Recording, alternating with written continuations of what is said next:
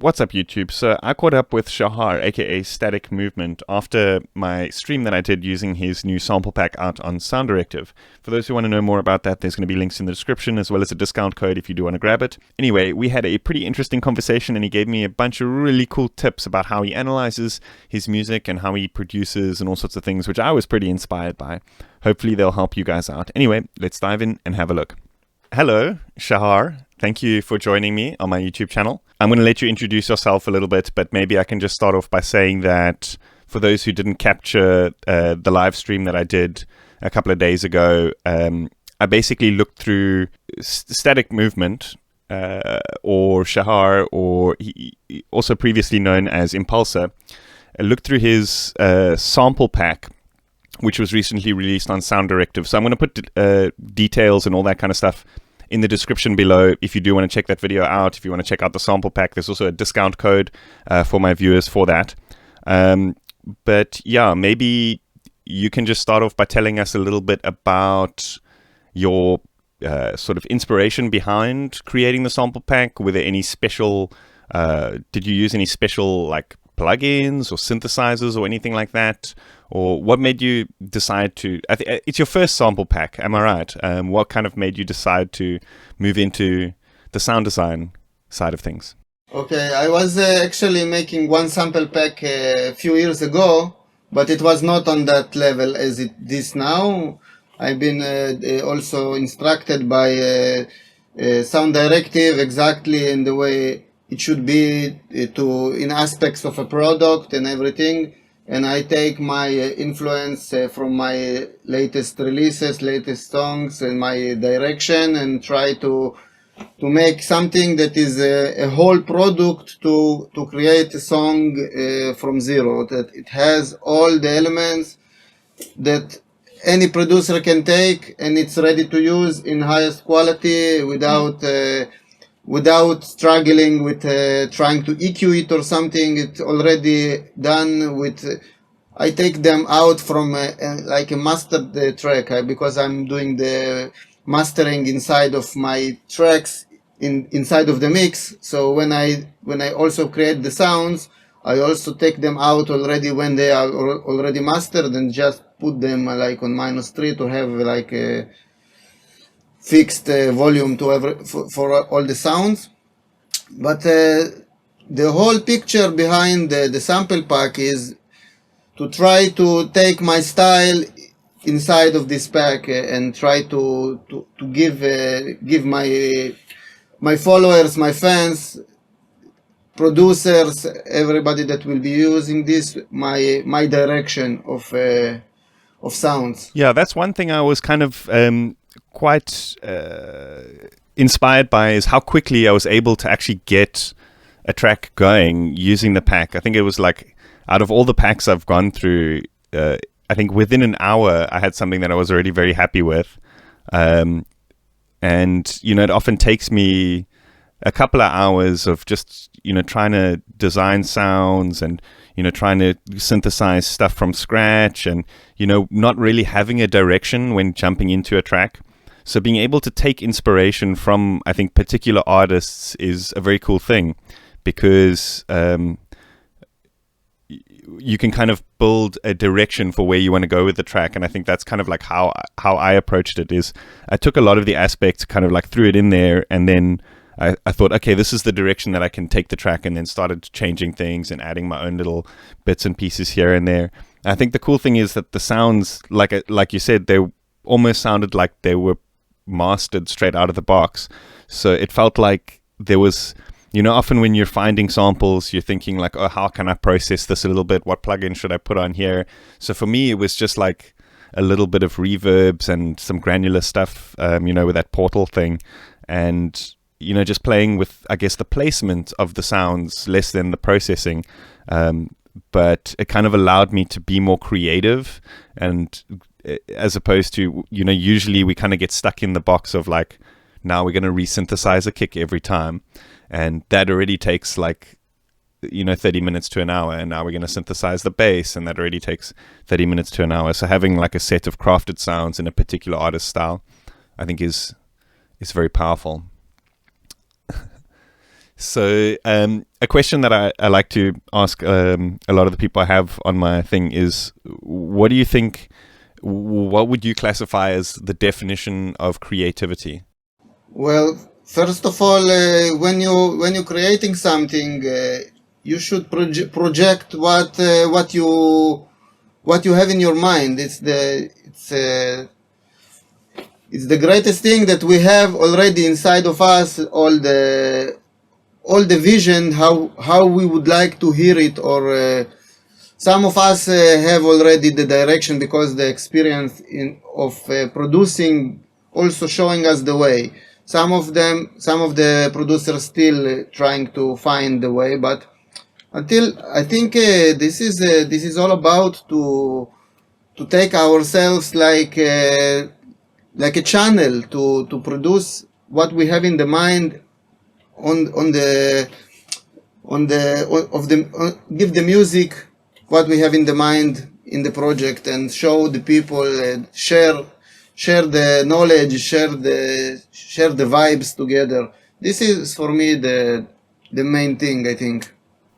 Yeah, it's interesting how like often the kind of like answers that I get from people is very similar things about like how um, it's about like taking something in your mind and creating something physical or sharing an experience with people. And I think that's with music especially, it's such a powerful thing because you can kind of see people's reactions, especially like as a DJ or performer. When you mix in a track and people enjoy it, and then there's more people dancing, you can like physically see people's reactions to the art that you've created, and I think that's very special. Maybe less so in recent years, but we're getting back there, I guess. But I think the evolution of that is something I often talk about. The evolution of that is creating sounds for other artists, to empower other artists to kind of put what's in their mind out into the kind of public space, I guess. So, as an artist or a musician, we're kind of creating our own sound and putting it out to the world, and that's kind of creativity. But then it gets to a point where you kind of evolve as an artist, and now you're creating sounds to enable other artists to be creative and stuff. And I think that's a really powerful thing. It's kind of like a cycle that keeps giving, and hopefully those artists enable the new generation of artists and stuff like that. I guess that's how knowledge is like passed on from generation to generation. So you said that you produce your tracks with a kind of mastered idea in mind. So you have like stuff on the stereo output bus. Do you maybe want to talk a little bit about that, or maybe if you want to give away some secrets, like what plugins you use, or is there like a specific rack that you go to each time? Well, basically, what I'm doing is I'm taking a few tracks as a reference, and see I can actually exclude every part of the track if it's kick bass together, if it's all the track together with in the peak parts where also full hi-hats working, full rhythm section working with kick bass. So I can actually capture a moment when I check the RMS and I stack it to be in how to say that the graph of the RMS is stuck.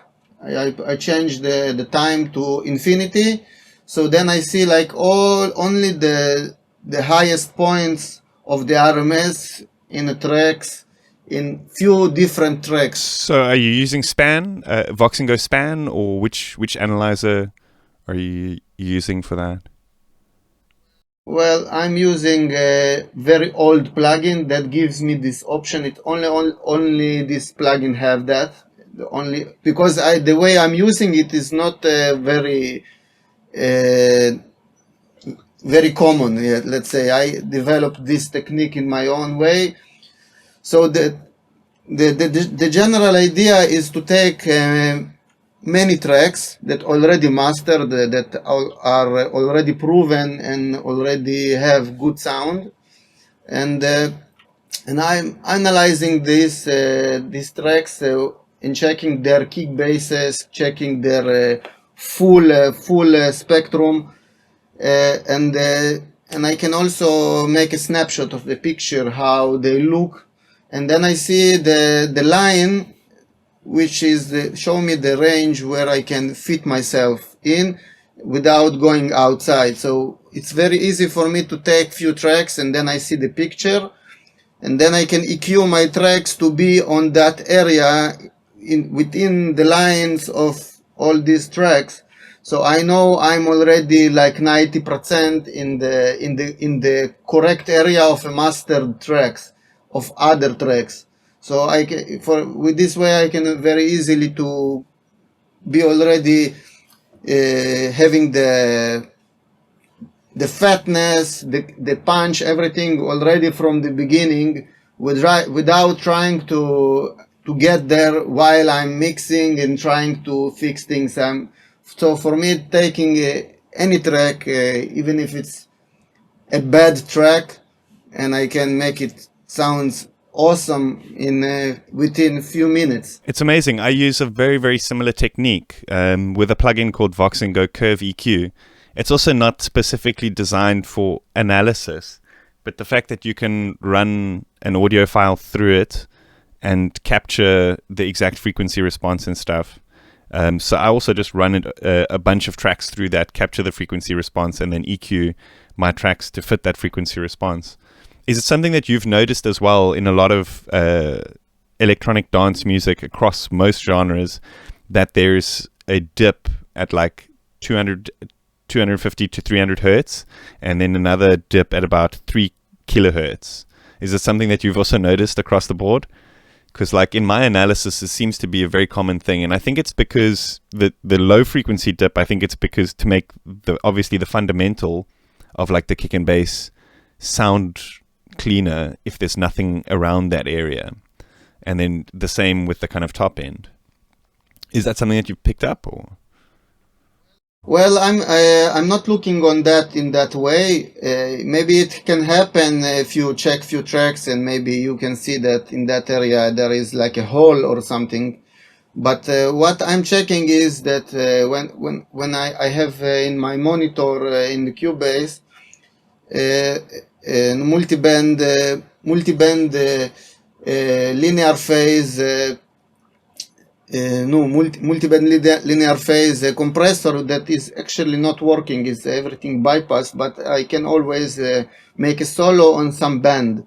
So when I'm checking, for example, this area, the low mids area, I check when I hear all the track, only that area, and I start to mix this area and I listen only the kick, and then I only listen the bass, and then I EQ the bass, take it down or higher, like in a wide shape, to just to hear the kick coming out more, and then I gain the bass to find the area where they are the best mixed in this area, only on that area, and I'm checking these areas separately in different bands.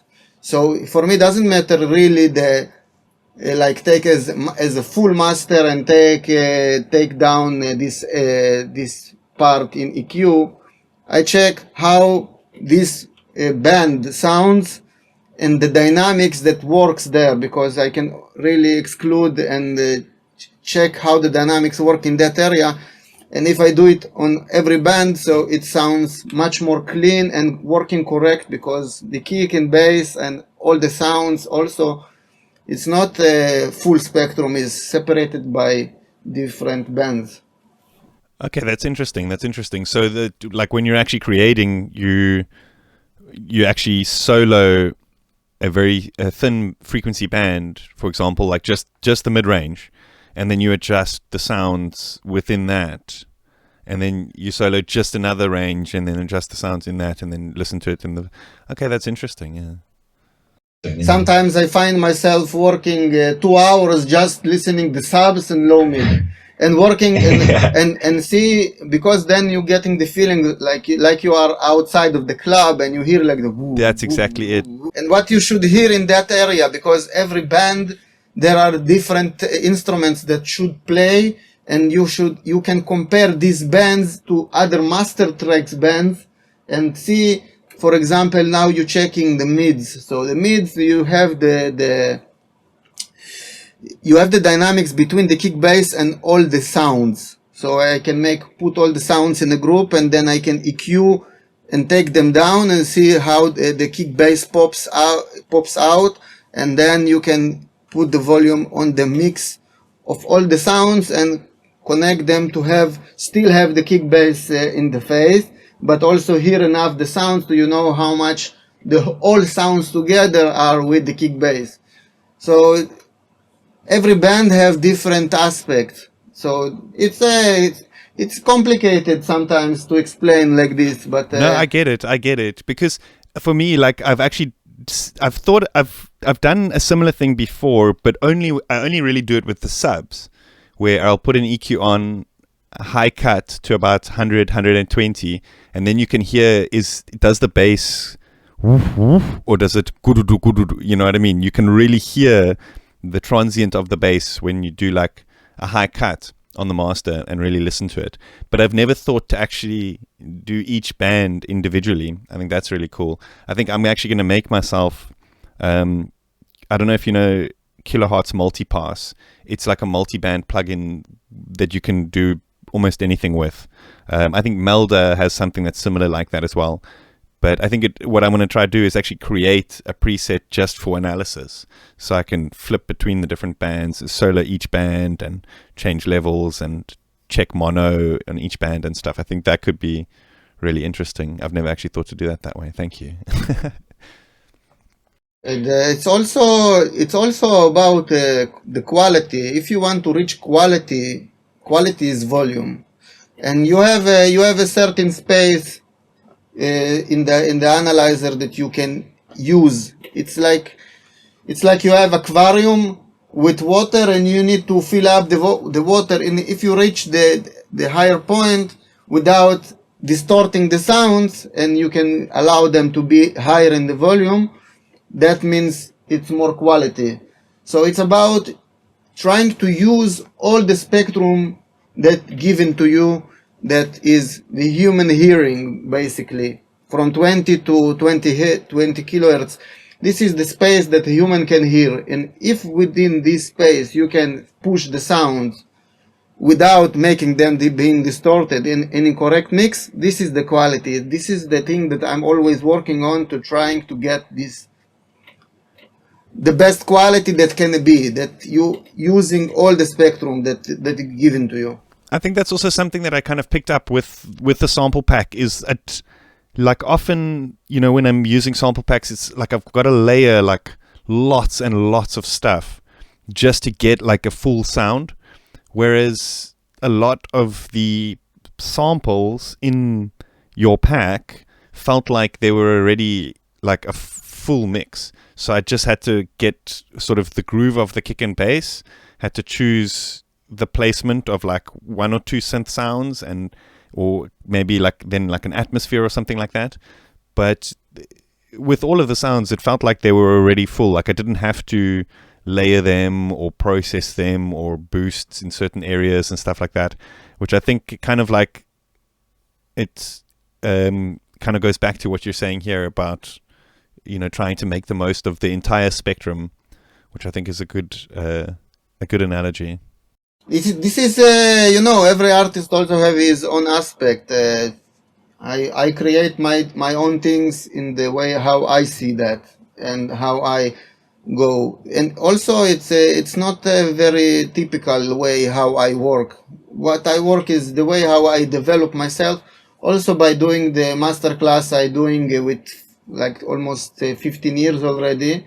And while I'm teaching, I'm actually teaching myself the best, because I always look for the way how I can send the information in the quickest way without damaging the quality, still keeping the quality and finding the best techniques to do everything. Every specific thing, if it's working on kick bass, if it's working about drums, sounds, and finding always the best technique for everything. So also in my production here in my sample pack, I always trying to use the latest technique that proven to me as the best one that I reached myself, without looking on what is typical or what is uh, what is working on the scene. I'm just having my own way to see things, and I'm trying to develop this way as much as I can. Yeah, it's interesting also how like you've changed sounds over the years. Do you maybe want to talk a little bit about that? You know, the switch in projects. Do you still make and release music under Impulsor? I don't recall hearing anything. Or have you kind of decided, is Static Movement the project that you're dedicating your time to? What was the decision to create a new sound? Were you just inspired by something different? I'm producing music already since '96. It's already more than 20 years. And when I'm creating a track and another track and another track, I also see the reaction of the crowd and how it works. Because for myself, I already make what I wanted to reach my own quality, to reach the sounds. And when I'm creating so many tracks, I have already maybe 400 tracks released in the total time, something like that. And so when it's not something new for me, so to make another track as I already did before. For me, what I want is to reach more crowd and to see that it works what I do, and not only go to something specific. So the Static Movement now, I changed the style from more progressive trance to more commercial, more songs, more something that can impact wider crowd, wider audience. And the Impulsor now is doing the psytrance and also a little bit progressive. I can mix that, but all what is connected to the genre of psytrance is going to Impulsor now. I have also another project called Recycle. This is more techno, progressive house, melodic techno. Basically, all this music is very similar in the way of the feelings. All this music have feelings, just different BPMs, a little bit different structure, but everything is my music. So I left my signature in every track, but my main focus is always to grow up grow my project, my brand. I trying to get the best quality and reach the wider audience. This is my main goal, and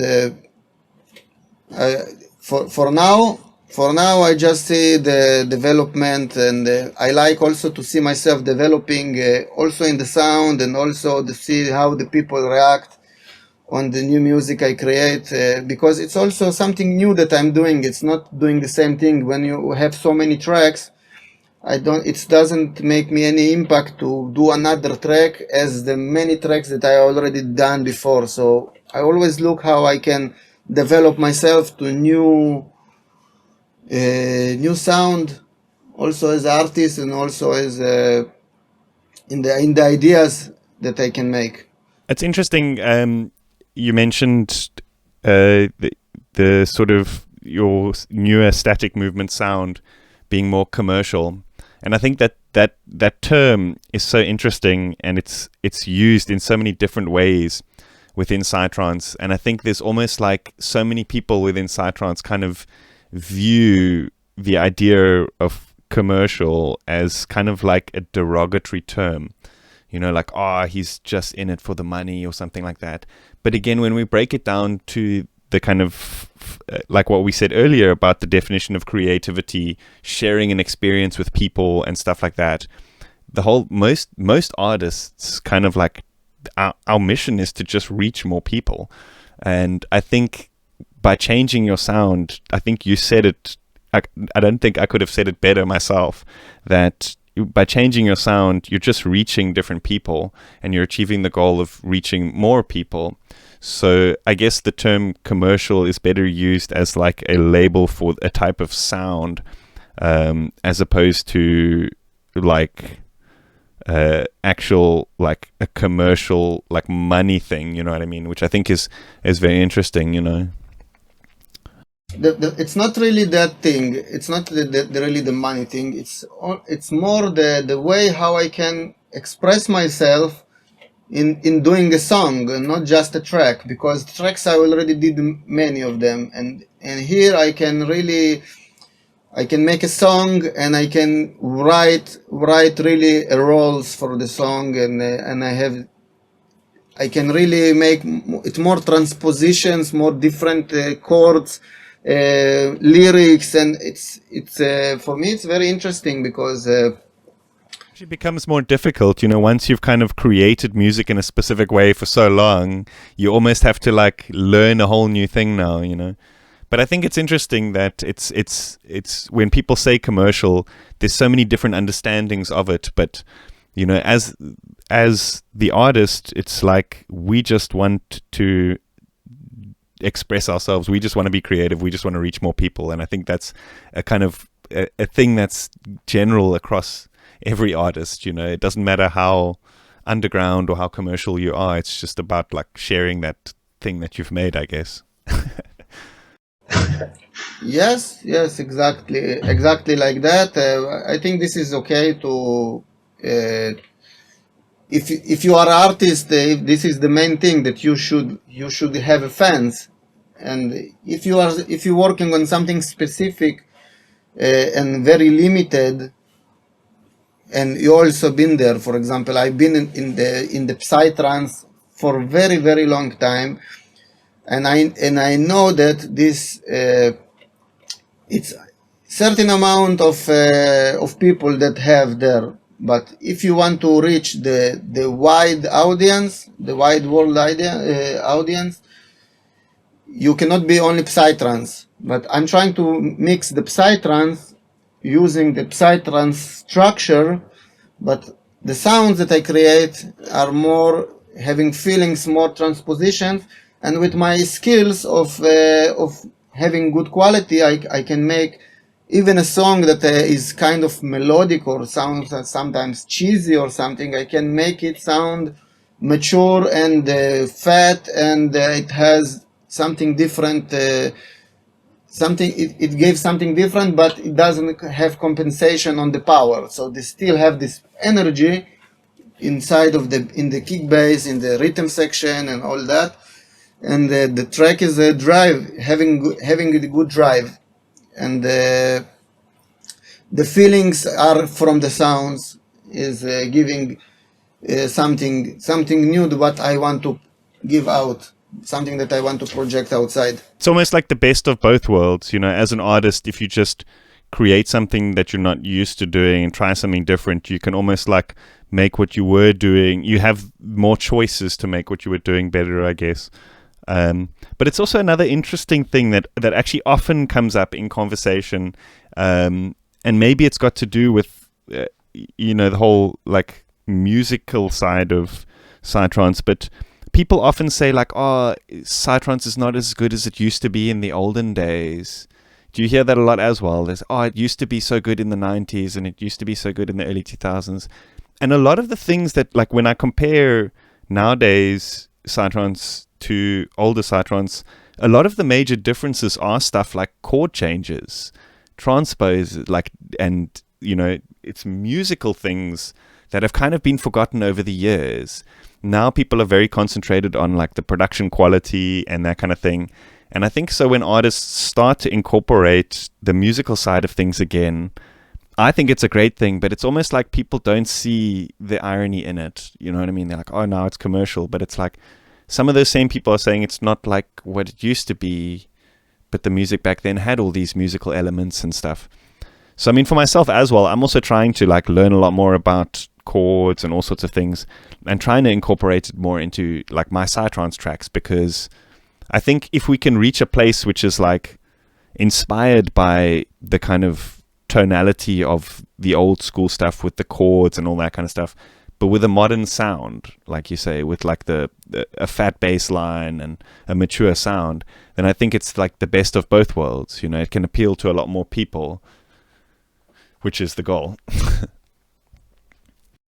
Yes, and also it's about the creativity, the limits of yourself, how much you can really express yourself through the music. Because when you have multiple transposes, different key bases, it's you are playing in different area. It's not like you doing a psytrance on one bass line note.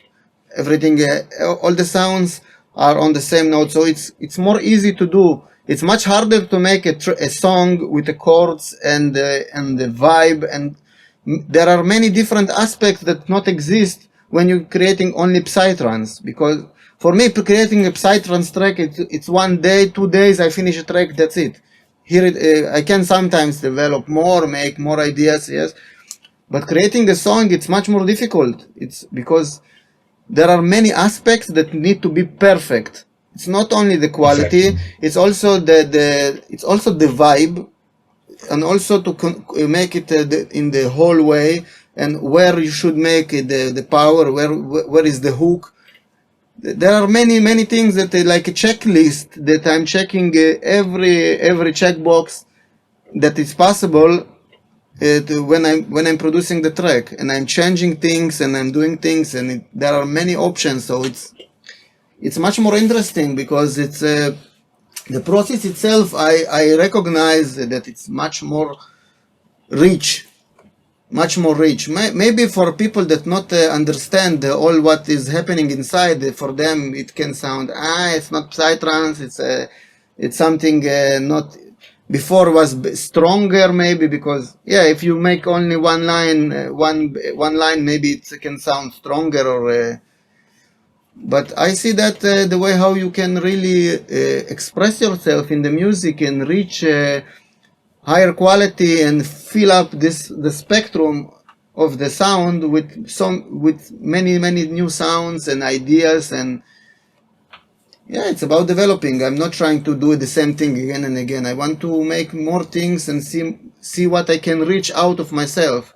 Sometimes when I finish a song, I cannot believe that I did that. It's sometimes, wow, how I did this track, this song, how everything connects. And only when I finish it, I recognize that, what the process I did, and how I thought, and the idea and everything. So I think it's about this, and people that hear. I don't know, for the last 2 years when I created the songs, I get like maybe 5 times more fans that listening and telling me how they like this music more than it was like with the psytrance only. I think that's also the meaningful thing, is the connection that you have with the viewers, especially now. You know, it's like I said, it's getting back to normal, I guess, but you know, with the last few years that we've had to deal with COVID and stuff, artists haven't really been able to play, or DJs and artists haven't really been able to play our music out. So having those online connections of people saying like, the music, and like having, trying something different, I guess is also, now is a good time to do that, because people are less focused on festivals and all sorts of things. So we can try different, like, it's interesting, actually. A guitarist friend of mine said to me, like, music that's confined within single notes, or that doesn't have chord changes and stuff, is almost like if a painter had to choose like 3 colors and then try to paint, or a very limited color spectrum, and then try to paint a picture with that. It would almost just be blocks, you know. And he said that when you listen to music that's very confined like that, it almost doesn't have harmonic color, and there's no blur, and there's no depth in the images. And I thought that hit me really hard. So I've been trying to like figure like how to kind of mesh the two worlds together, which I think is super interesting. So do you have any hobbies outside of making music? Do you play any instruments, or what is life like outside of the studio for you? Well, I'm a father for 2 kids, so I need to spend time with my family, and I actually like that, because sometimes working too much is also not so good. I like sometimes riding on motorcycles and doing gym sport and trying to fill my life with good things, change my life to be more healthy and eat better and go to gym and trying to make like a normal balanced schedule in my life.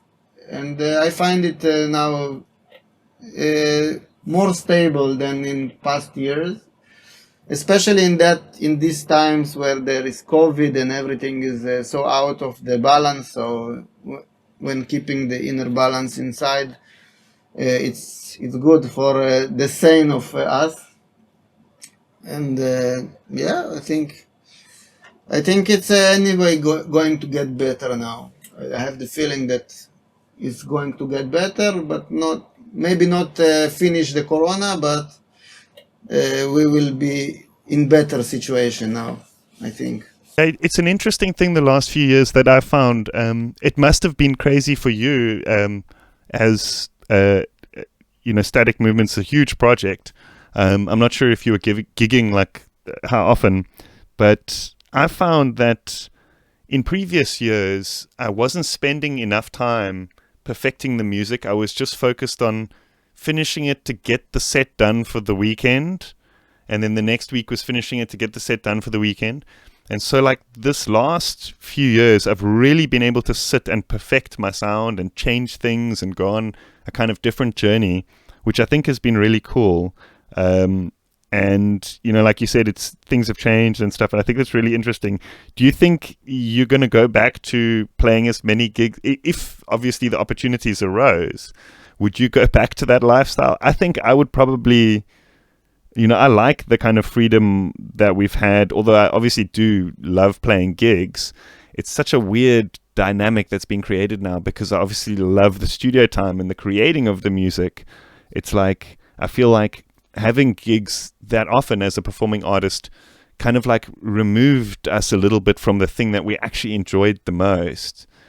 Do you get a kind of sense of that? Well, I actually love gigging because for me it's changing the atmosphere.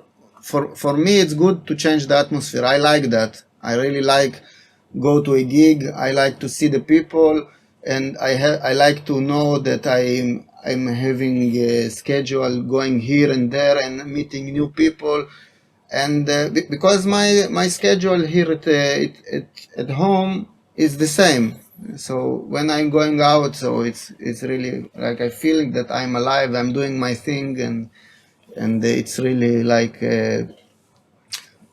I'm do yeah, like I said, I'm doing my own thing. And for me as much as I go more is better. I'm not going usually for a long time. I just go for a weekend and go one day after, and I have time in the studio.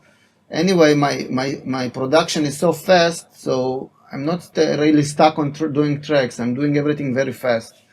I also running a label now from the 10th of the leading labels in the world right now, and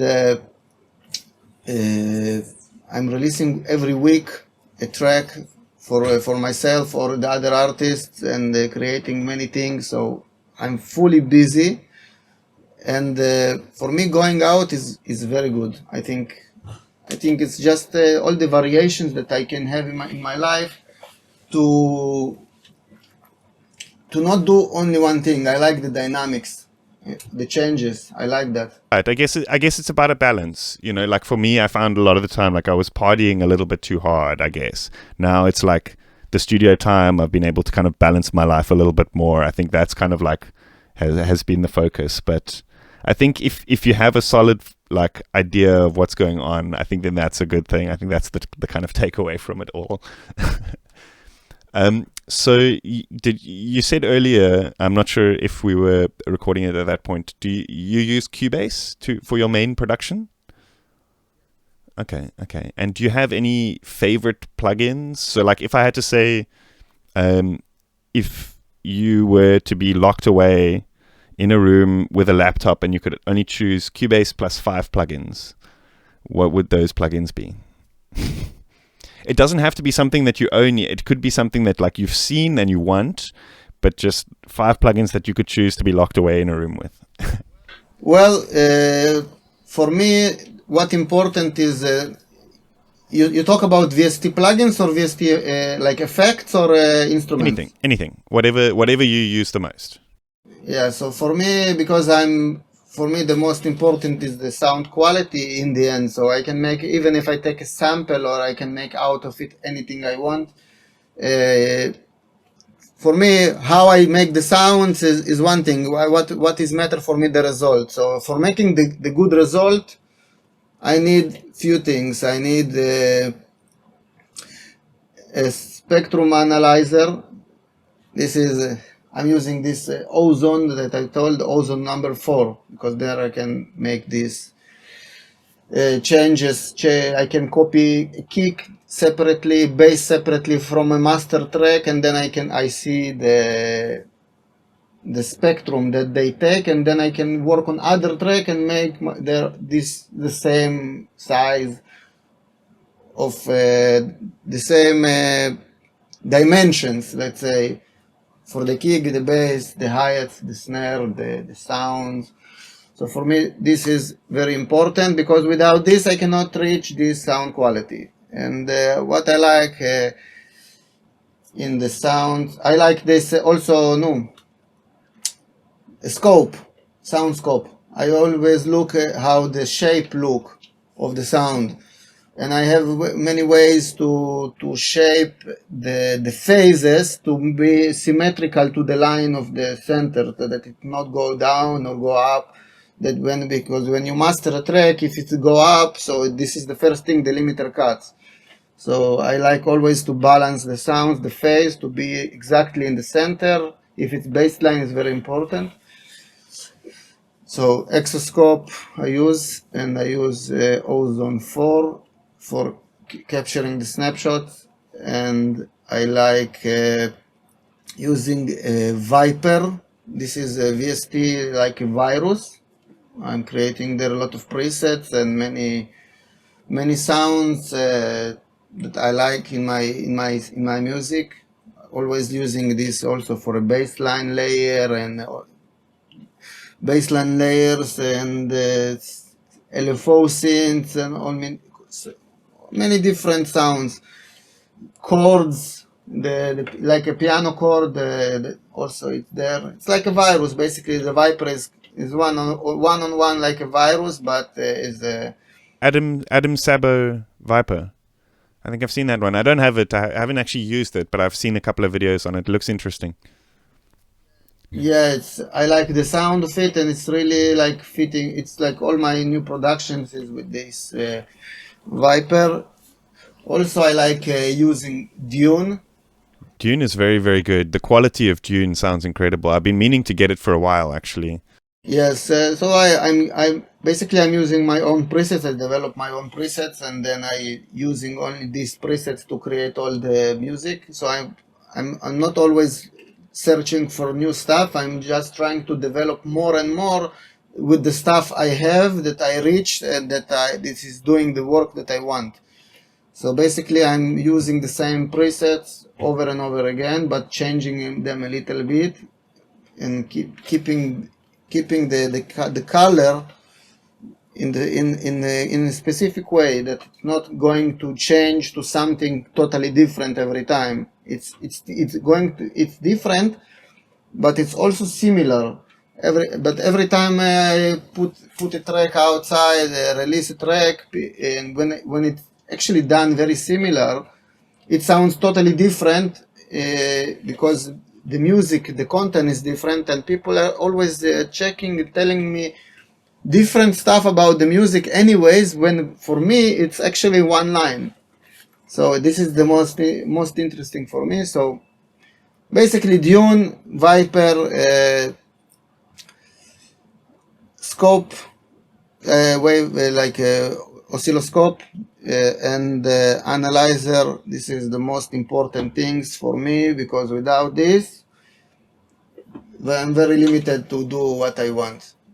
and multi-band separation, to separate the hearing, to listen different parts of the song without listening the full spectrum.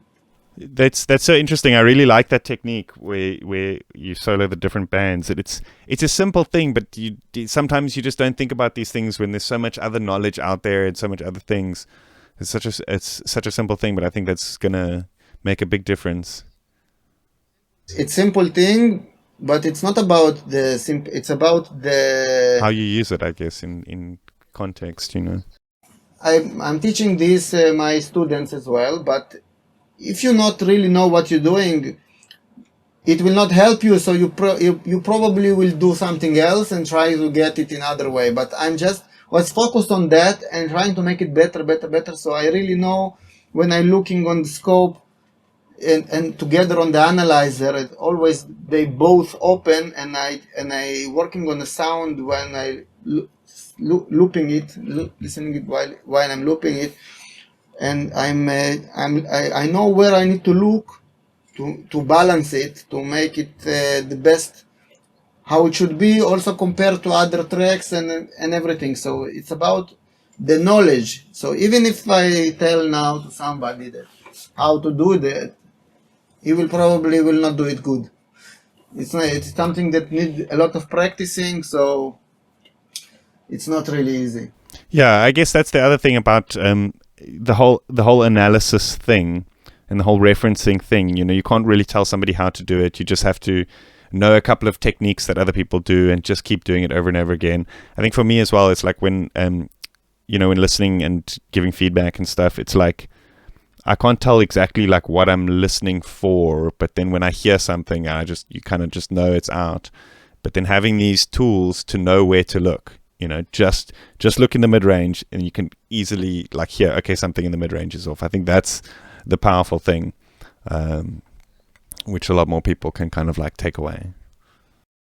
Yeah, there is a way how to teach, because if I'm doing something, I have to find a way how to prove it. If I don't have a proof for it, it doesn't count for me. So for me, I have all these techniques. I have steps how to do that. So basically, it's something that can be done, but it's not something that you can just tell to somebody and that's it. It takes a lot of practicing and a lot of understanding and doing it many times. It takes sometimes years to do that in that level, to reach really like to squeeze the sound to the maximum, that you really know that you do everything what needed. You squeezed the sound to reach the maximum level of quality, that you don't have anything to push anymore. You cannot change anything anymore. It's like everything is there, like that, one line. You cannot touch anything. I'm always reaching that point in every track now. Only when I do all these steps and I know that everything is done, I know that the track is perfect. Yes. So takes time, but it's also about how much time you produce, when the knowledge that you have and the experience you gained over the years. Everything comes to the end where about in these things, because the time doing the thing, it's the time of practicing is something that nobody can take out of you, from you. And I think it's actually interesting, and it reminded me of something you said a little bit earlier about how when you teach other people, you learn a lot too. I think you said something like that, which I feel the same too. When I'm teaching other people, like I feel like I learn a lot too, because you're almost looking at things objectively. Us as artists, if we put a sound in a track, it's almost like we don't want to look at that sound objectively because we've spent a lot of time processing it or something like that. But when we look at other people's music, or when we teaching, we're able to kind of take that objective approach and be like, no, this actually needs less mid-range, or this needs processing here and there, which I think is interesting. So do you do like one-on-one lessons, or how does that work? Should I put like links in the description of this video if I have viewers that want to contact you for lessons and stuff? what I'm doing actually is it's private one-on-one sessions to create a track from zero until it ends, including mixing, mastering, synthesis, creating all the content. It's doing the track in 3 different steps that I already have the separation, what is what, the steps. Everything is really like 1, 2, 3, 4, like do like this, and you have a track, and it's three different steps.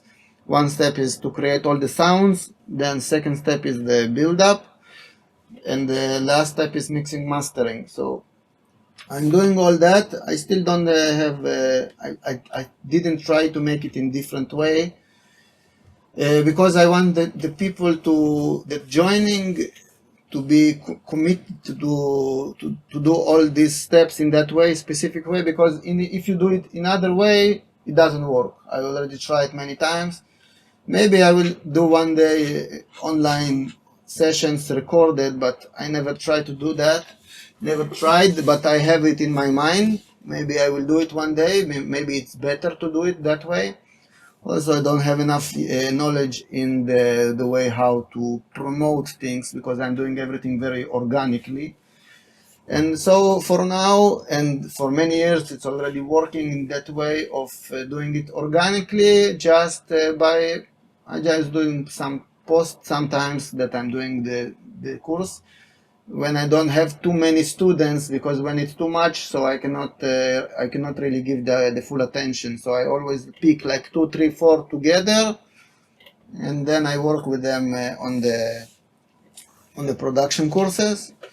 But always happy to get new people who would like to learn from me, and that I can teach them, and we can share our thoughts together. And it's also about the connection of the people the people who like the music and who like to do what I do, because not everybody doing the same thing. Some people want to go to college or something, but if they want to learn from artists, this is a different approach. So this is up to them. I think that's a really cool thing about that, but also about the SounDirective sample packs, is that they're very artist specific. So if somebody likes static movement music, they can and they're inspired by static movement music, they can go buy that sample pack, create a track that's in that sound. Or if they like the previous one, I think I did, there was the Eli one or the Lunatica one. If they like those sounds, they can just, very easily be inspired by that artist. Or if they want to learn from you specifically, they can, and they like your music specifically. It's very powerful. And nowadays, especially with internet and everything, it's so easy to do. So we are getting closer to the end of the time for today, but maybe I can just end off with one question that's kind of like a 2-in-1. So if you had to go back, you said you started in around 1996. If you could go back and tell yourself a couple of things when you were starting out that'll help you in your journey, but also maybe a few words to new producers starting out that'll help them kind of kickstart their career, do you have any kind of like, it could be philosophical, it could be technical, whatever, just like what would you tell yourself, or what would you tell newcomers getting into production for the first time? Well, I think things should be coming naturally, because we cannot force ourselves to do things beyond our level. So when you are in specific level, you need to learn that level to be confident on yourself. Even if I could now go back and take all my knowledge back then to start my way with this knowledge, I would not know how to appreciate that knowledge, and I would not treat it correctly. I think I should have passed what I passed in my life to gain this experience, and to know, to feel the knowledge that I'm holding in my hands. If I'm not doing it like in that way, I'm not really, I cannot really project outside the confidence behind what I produce, because only when I learn and I can resonate with my work, and then the knowledge can be really something that I can use. So I think everyone should just do his best, and slow it getting there. Just need to want to do, just want to be the best. Try to get the best of yourself, and try to have good connection with people, and not act impulsively. Sometimes it's good to keep everything slow and let things happen in the correct time. Let things flow slowly, and gain the experience, and that's it. I think I would not change something. I would not change. I would let it come naturally. Amazing, amazing. I don't think I could have answered that better myself. Those very, very, very wise words. And I think, art is also very much based, the kind of final product is very much based on the experiences that kind of like, kind of built up to that, and as an artist, when we see something that we've made and we know how many years it took to get there, it's so much more meaningful when it does hit the spot than something that, if we kind of like want to rush it or something like that. At the end of the day, it's like we're always going to be our own critic. So it's about kind of like gaining the experience on the way and just making the best of it, I guess, which is the important thing. And also I wanted to mention that about the sample pack and the competition. We have a competition for the producer who buy the pack and create a track out of it. So there are 3 winners. 3 winners will be announced, and the track will be released in Soul Music in my label. And I also wanted to thank SounDirective for the opportunity and for releasing the sample pack. Thank you very much, and I hope you guys bring good tracks. Yeah, I'll post all the links, and I'll post more descriptions in the or more details about that in the description, and then people can also go back. I'll also post a link to the live stream that I did, so if people do want to hear the sounds in context, they can always go listen to that and enter the competition if they do grab the pack. But then also they must just remember that there is a discount code which will be below as well. So yeah, thank you so much for your time. It's been really awesome. That was a very inspiring chat. I feel like I've already got ideas which I want to run to Cubase and just play with for a little bit. So awesome. I hope you guys enjoyed that. A big thanks to Shahar for spending his time with me for this video. I hope you guys enjoyed that. Let me know what you think in the comments. As always, if you haven't yet, consider hitting that like button, hitting that subscribe button. See you guys next time. Cheers.